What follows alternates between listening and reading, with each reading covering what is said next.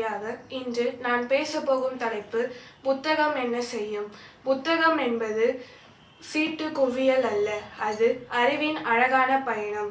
புத்தகம் நம்மை புத்திசாலியாக்கும். புத்தகம் நம்மை உலகம் முழுவதும் சுற்ற வைக்கும். இருந்த இடத்திலிருந்து புத்தகத்தின் மூலம் நாம் மலைகளையும் கடல்களையும் விண்வெளிகளையும் பார்க்கக்கூடும்.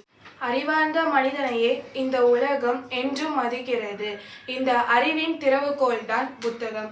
புத்தகம் ஒரு பேராயுதம். வீரனின் கையில் இருக்கும் ஆயுதத்தை விட இந்த பேராயுதம் வல்லமை படைத்தது. புத்தகம் காகிதம், மை, எழுத்து நிரம்பிய பொருள் அல்ல. அது ஒருவனை மாமனிதனாக்கும் மந்திரக்கோள்.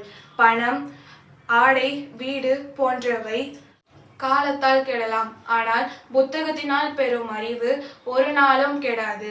பேரரசர் கண்ணதாசன் சொல்கிறார், படித்தவன் பயணிக்கிறான், படிக்காதவன் நிற்கிறான். இறுதியாக புத்தகம் நம்மை உயர்த்தும் பாலம். புத்தகத்தை நேசிப்போம், நாளை நம்மையே நேசிக்கும் உலகமாக மாற்றுவோம். புத்தகத்தை திற, உலகத்தை காண.